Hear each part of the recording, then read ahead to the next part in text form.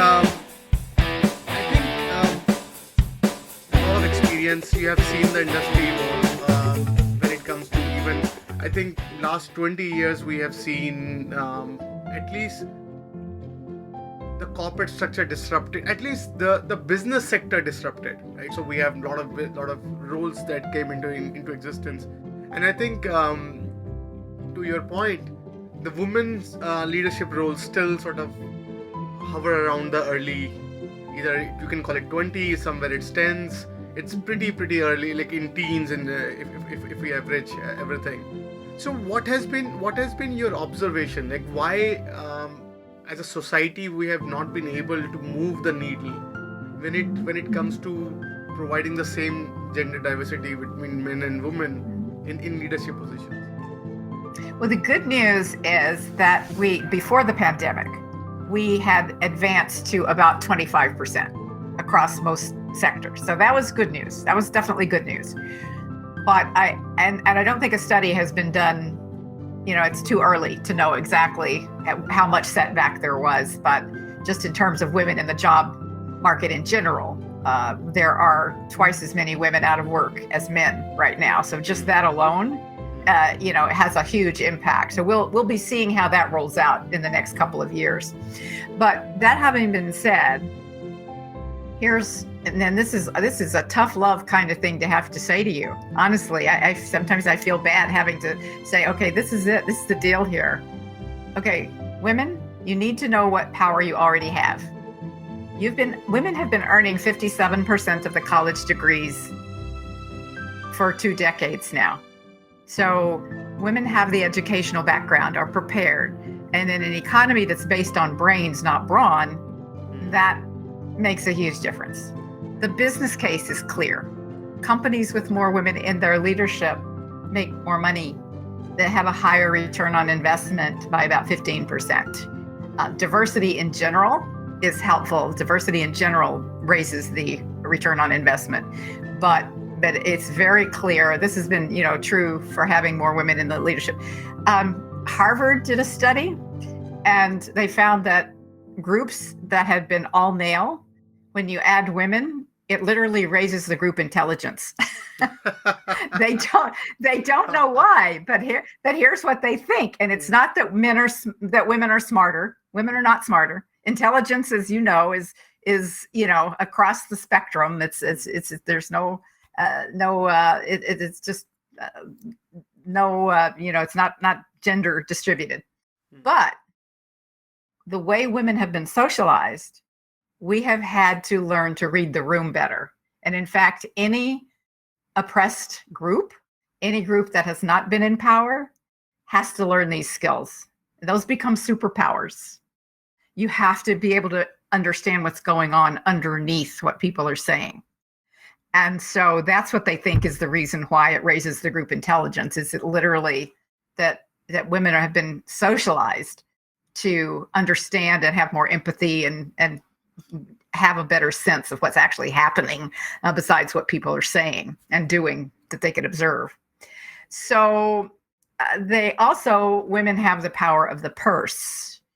Women buy or are the deciding factor in 80 to 85% of the purchases that are made. And this is a global figure, by the way. This isn't, this is everywhere in the world. And so are we using that power? No.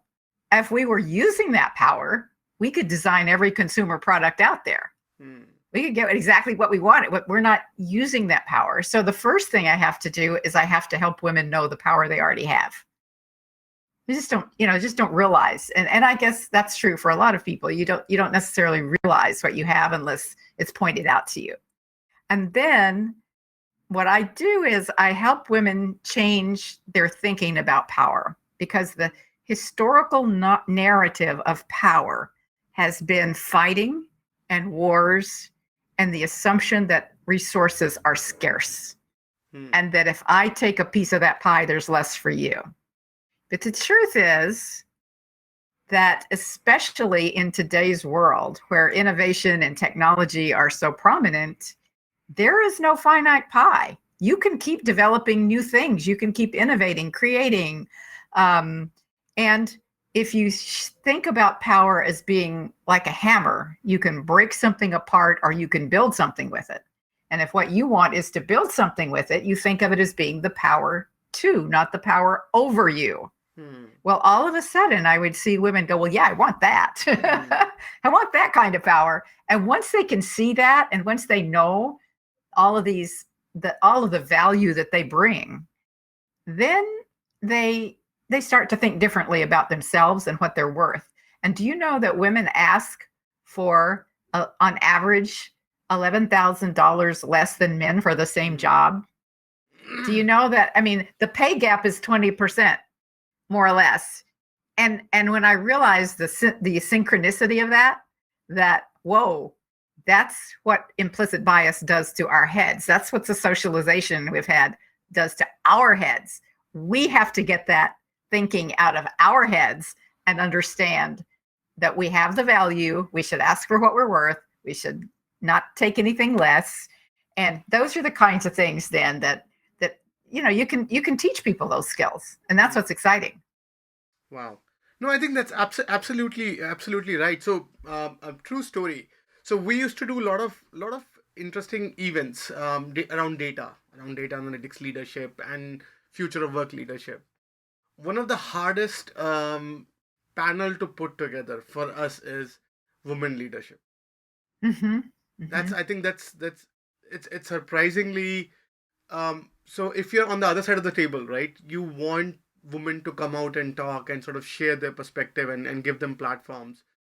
It's very difficult to recruit. So my question to you is, what are some of the things that you're seeing in the industry, like what women could do to sort of make room for, as you're rightly saying, that it's an infinite problem, it's not a finite resource problem. Mm-hmm. What are Mm-hmm. some of your thoughts? Well, I created in my book Intentioning, I created 9 leadership intentioning tools that help women do that. In the previous book I did, I called them 9 power tools, and this book is 9 leadership intentioning tools. And I think it's about how you think. It's really these are mindset issues more than they are skills issues. Really, you have to think. You have to think about it. And the first thing really is to know yourself and know the value that you bring. And there are, do you know the concept of covering? Both men and women say they cover in the workforce. In other words, they don't show their full selves. Right. And but women cover more than men. Both men and women of color cover more than white women. And because, again, the cultures of the workforce are typically not created by them for them, right? So they're trying, it's a mechanism to cover sometimes. But the best leaders know themselves. The best leaders know who they are. They know it and they show it to their people. And so I feel that that's an extremely important and necessary first step for women to get in touch with who they are, what their values are. What do you care about so much that you will, I call it wearing the shirt. See, I'm wearing a shirt that's you've got a shirt that has your logo on it, I guess. I have one of our logos on it. I want people to see, I want them to ask me about it so I can talk to them about it, right? And so that's where I start. It's really a mindset. It's a mindset more than skills. It's a mindset. And once you know your value, and then you can be more comfortable actually asserting it. And I was going to say to you, when you said you had difficulty finding women for some of your panels, like, okay, well, ask me. I can find them for you. I know there are plenty of them out there, and happy to help, because they're there, but they aren't as known. Because, one of the things that also differentiates male behavior and female behavior in the workplace is that men are much more prone to self-advocate.